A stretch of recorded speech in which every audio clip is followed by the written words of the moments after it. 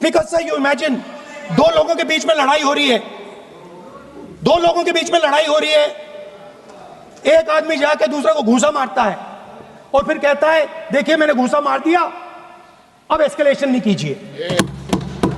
मतलब आपने पाकिस्तान को डायरेक्टली अपनी पॉलिटिकल विल बता दी कि आपके पास लड़ने की पॉलिटिकल विल है ही नहीं, कि आप लड़ना ही नहीं चाहते हो।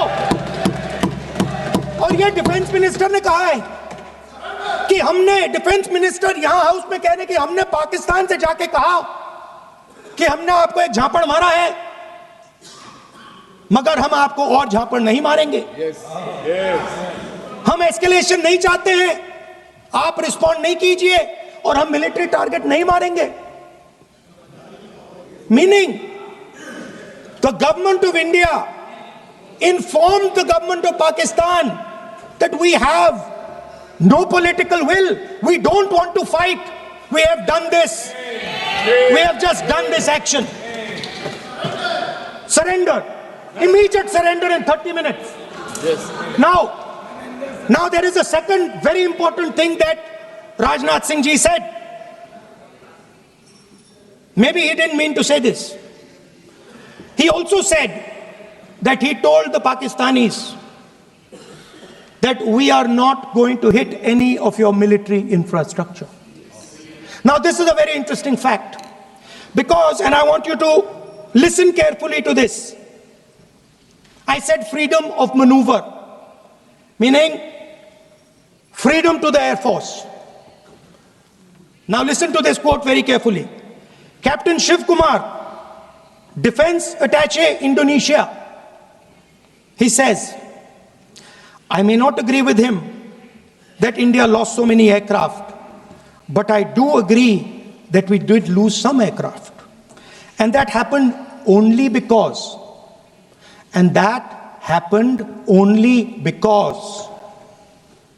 of the constraint given by the political leadership to not attack the military establishment and their air defense.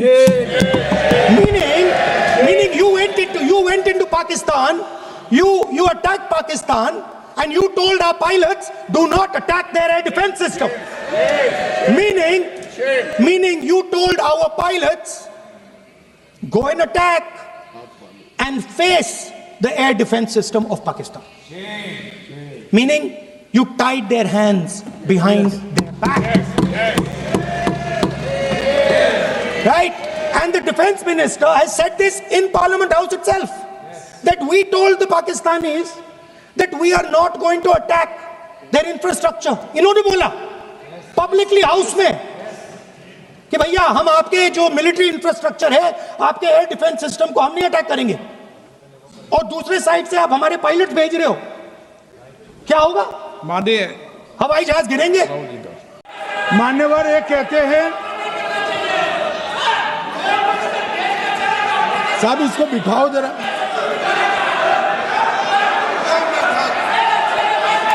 हाँ प्लीज बैठिए बैठिए बैठिए बैठिए बैठिए।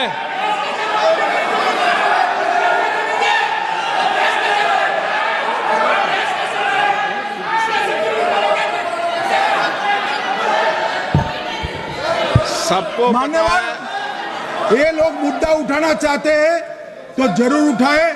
मैं आज सुबह ही सलमान खुर्शीद जी का वो इंटरव्यू मेरे मोबाइल में रिजर्व कर आया हूं। आप जब भी कहोगे ये पूरे टीवी पर बताने के लिए मैं तैयार हूं। सेव कर आया हूं। इनकी इच्छा है तो कल एक समय तय करिए, यहां बता दीजिए चारों टीवी में, और देश की जनता भी देख ले।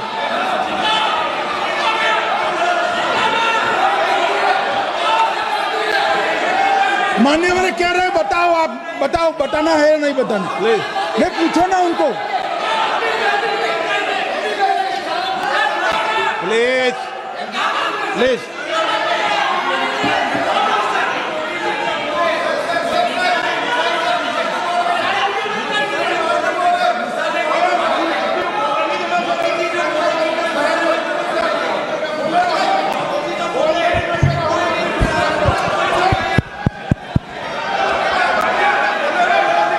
ए बिट्टू बैठ जा।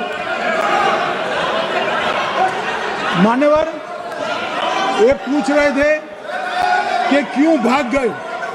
अब मेरा समय काफी जाएगा, मैं जरा संक्षिप्त में कहता हूं, घटनाओं पर नहीं जाऊं। दाऊद इब्राहिम कासकर 1986 में भागा, श्री राजीव गांधी की सरकार।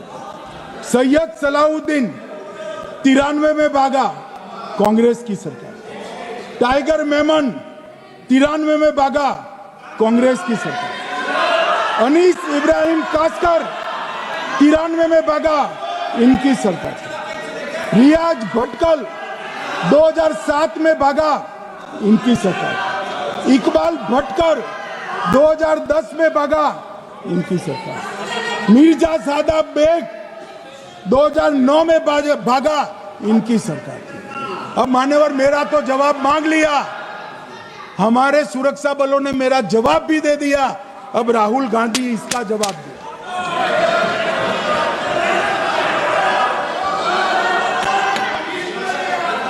मान्यवर अब मैं कश्मीर के विषय में मैं बात करना चाहता हूं। कल कहते थे कि गृह मंत्री ने भाषण किया था कि 370 की कलम जाएगी तो आतंकवाद कम हो जाएगा। क्या हो मान्यवर, मेरा हिसाब देना बनता है। हम भारतीय जनता पार्टी के कार्यकर्ता हैं, ये नरेंद्र मोदी जी की सरकार है, हम जवाबदेह होते हैं जनता के प्रति, संसद के प्रति और देश के हितों के प्रति।